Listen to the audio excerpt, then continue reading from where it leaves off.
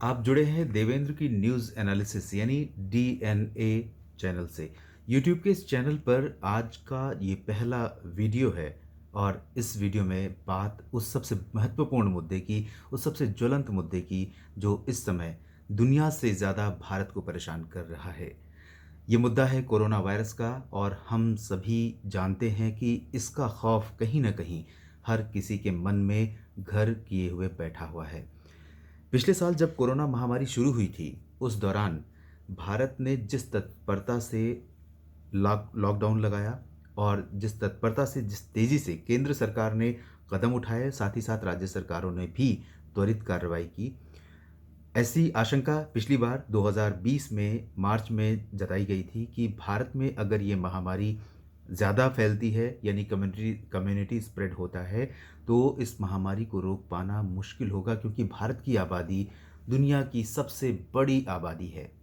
लगभग 150 करोड़ इस देश में लोग रहते हैं और अब तक भारत में कुल जो संक्रमितों की संख्या है, वो है लगभग 2 करोड़ के आसपास। इसमें कुछ महत्वपूर्ण मुद्दे, महत्वपूर्ण बिंदुओं का उल्लेख मैं करना चाहूँगा, विश्लेषण मैं करना चाहूँगा।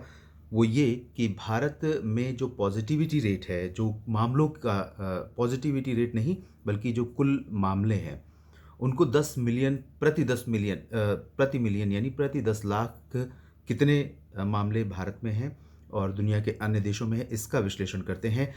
प्रति मिलियन यानी हर एक 10 लाख जनसंख्या पर अमेरिका में जहां 99,734 केस दर्ज किए गए हैं, वहीं अब तक भारत में कुल लगभग 14,318 केस दर्ज किए गए हैं।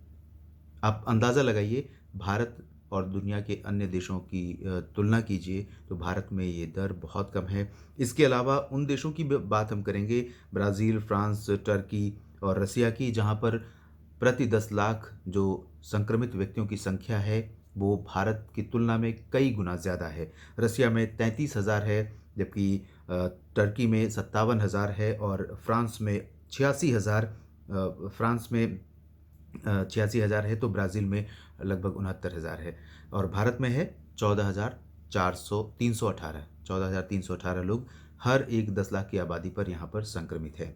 भारत में कुल 2 करोड़ के करीब पहुँचे हैं मामले और अब तक जो डेथ हुई है भारत में वो है 2,18,000। अमेरिका सबसे टॉप पे है अभी भी, जहाँ पर 3 करोड़ 31,73,145 केस दर्ज किए गए हैं और इनमें से डेथ जो हुई है, मौतें हुई हैं, वो 5,90,988 हैं। भारत में 2,18,945 मौतें हुई हैं। ये सरकारी आंकड़े हैं। इसके अलावा भी बहुत सारे आरोप या बहुत सारी बातें होती हैं कि ये आंकड़े छुपाए जा रहे हैं।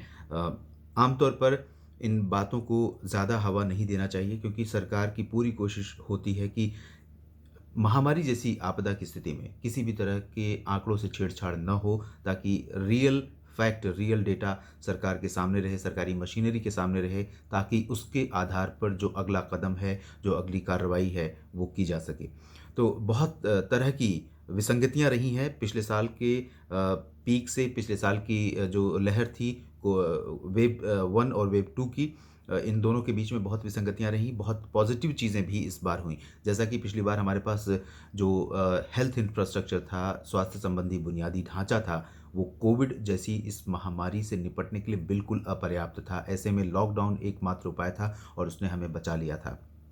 लेकिन जब हम इस बार साल 2021 की शुरुआत में काफ़ी कंट्रोल में आ चुके थे, नियंत्रण में आ गए थे केसेस और वैक्सीन हमारी 2-2 तैयार हो चुकी थी और सरकार ने शुरू भी कर दी थी, 16 जनवरी से टीकाकरण की शुरुआत कर दी थी फ्रंटलाइन वर्कर्स और हेल्थ वर्कर्स के लिए। उसके बाद फिर 60 साल से अधिक उम्र के लोगों के लिए और उसके बाद 45 साल से अधिक उम्र के लोगों के लिए टीकाकरण शुरू हो गया था और अब 1 मई से 18 प्लस यानी 18 साल से अधिक उम्र के हर एक व्यक्ति को टीका लगाया जाएगा।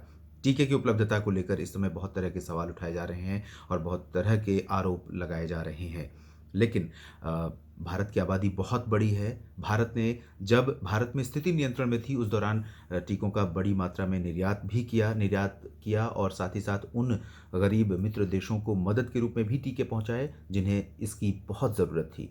और भारत की इसी जो मदद करने की भावना है, वसुधैव कुटुंबकम की भावना है, इसी भावना को सम्मान देते हुए आज जब भारत मुश्किल में है, तो दुनिया के तमाम देश भारत के साथ खड़े होते हुए नज़र आ रहे हैं, जिसमें अमेरिका, ब्राज़ील और फ्रांस, इसके अलावा कोरिया समेत तमाम देशों से, इंडोनेशिया, इन सब देशों से भारत में चिकित्सा संबंधी उपकरण और तमाम औषधियों और टीकों या दवाइयों की खेप लगातार एक के बाद एक उड़ानों से भारत पहुंच रही है।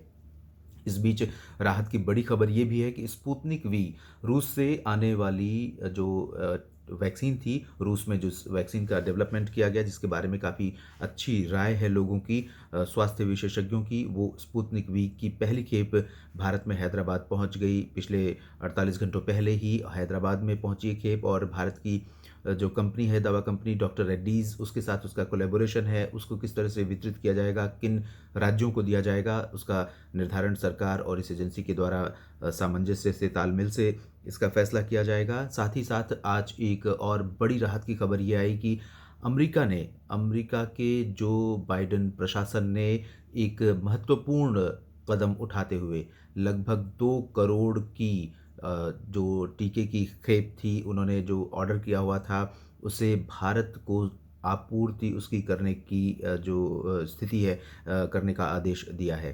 तो ये बड़ी खबर है। दुनिया के तमाम देशों की तरफ से राहत भरी सामग्री पहुंच रही है, चाहे वो दवाइयाँ हैं, औषधियाँ हैं, टीके हैं या चिकित्सा संबंधी उपकरण हैं, ऑक्सीजन सिलेंडर हैं, ऑक्सीजन जनरेटर हैं या कंसंट्रेटर हैं, तमाम तरह की चीज़ें पहुंच रही हैं।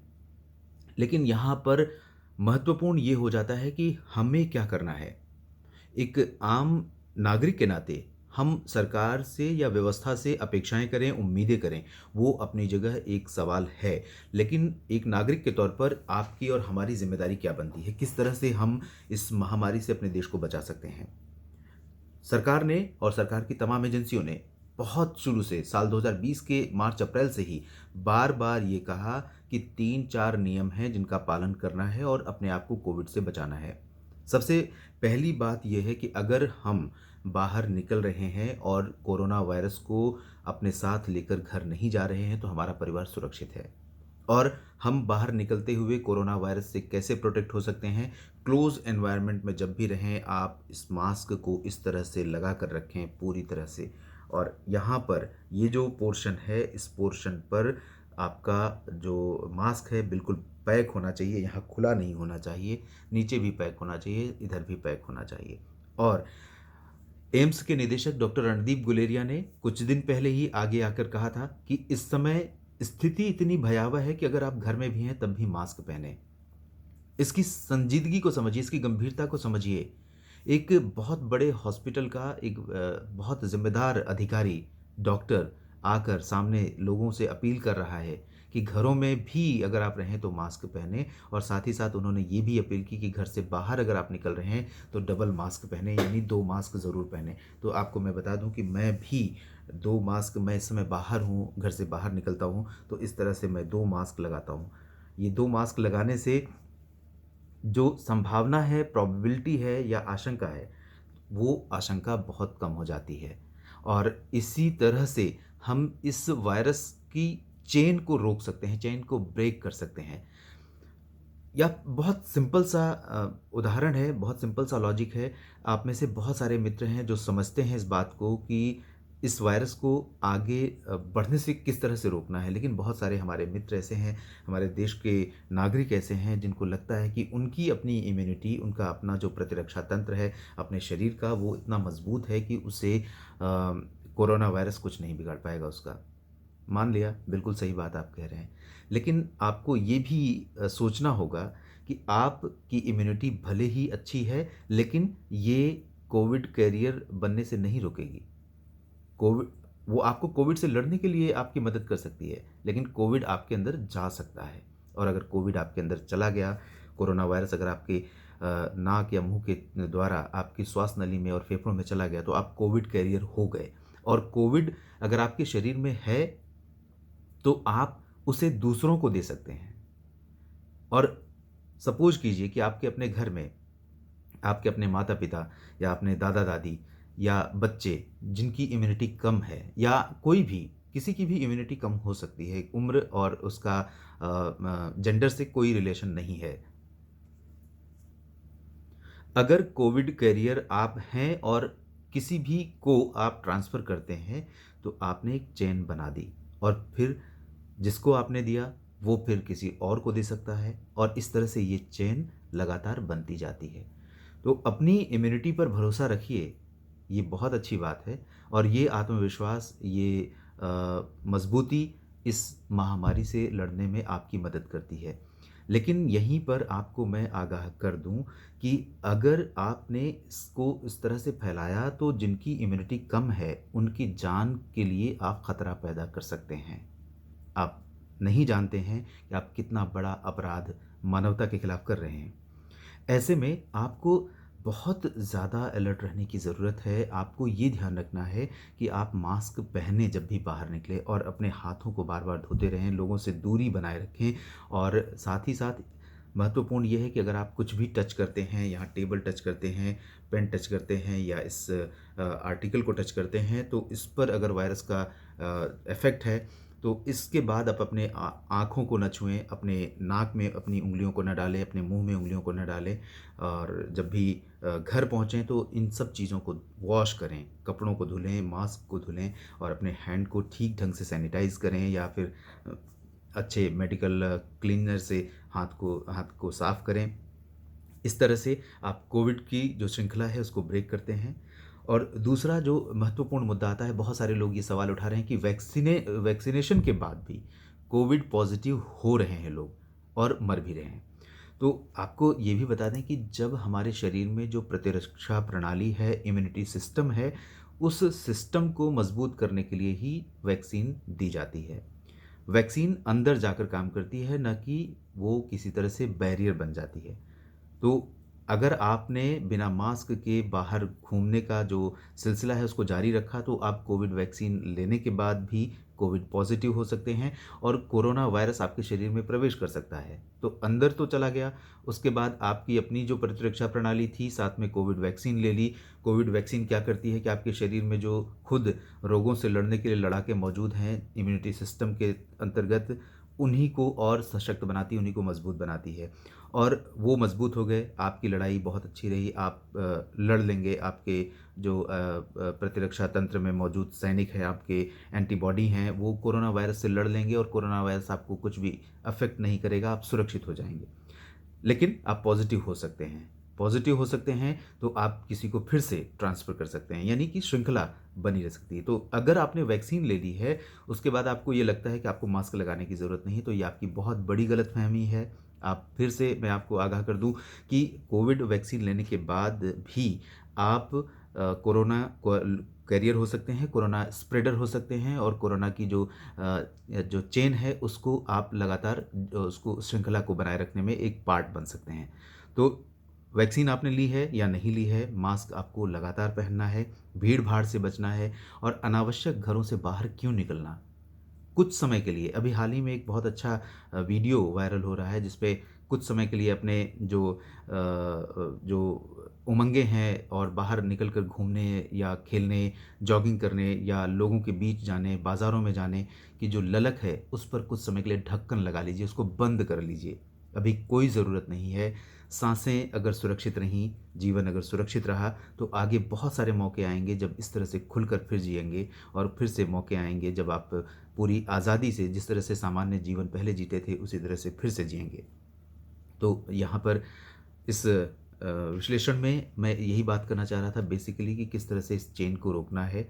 तैयारी पूरी चल रही है कि इस महामारी को कैसे रोका जाए, इस महामारी से कैसे देश और समाज को बचाया जाए। आप भी अपनी तरफ से पूरी तैयारी कीजिए। आप भी अपने आप में एक कोविड वॉरियर हो सकते हैं, इसकी श्रृंखला को तोड़कर, इसकी श्रृंखला को ब्रेक करके, और यही एकमात्र तरीका है, हम इसको हरा सकते हैं। इस विश्लेषण में अभी इतना ही। मैं जुड़ूँगा आपसे और भी मुद्दों को लेकर, और बातें करूँगा। आपकी प्रतिक्रियाओं का इंतज़ार रहेगा।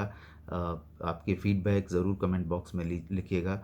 साथ ही साथ अगर आपको वीडियो ठीक लगे तो लाइक और शेयर ज़रूर कीजिएगा। धन्यवाद।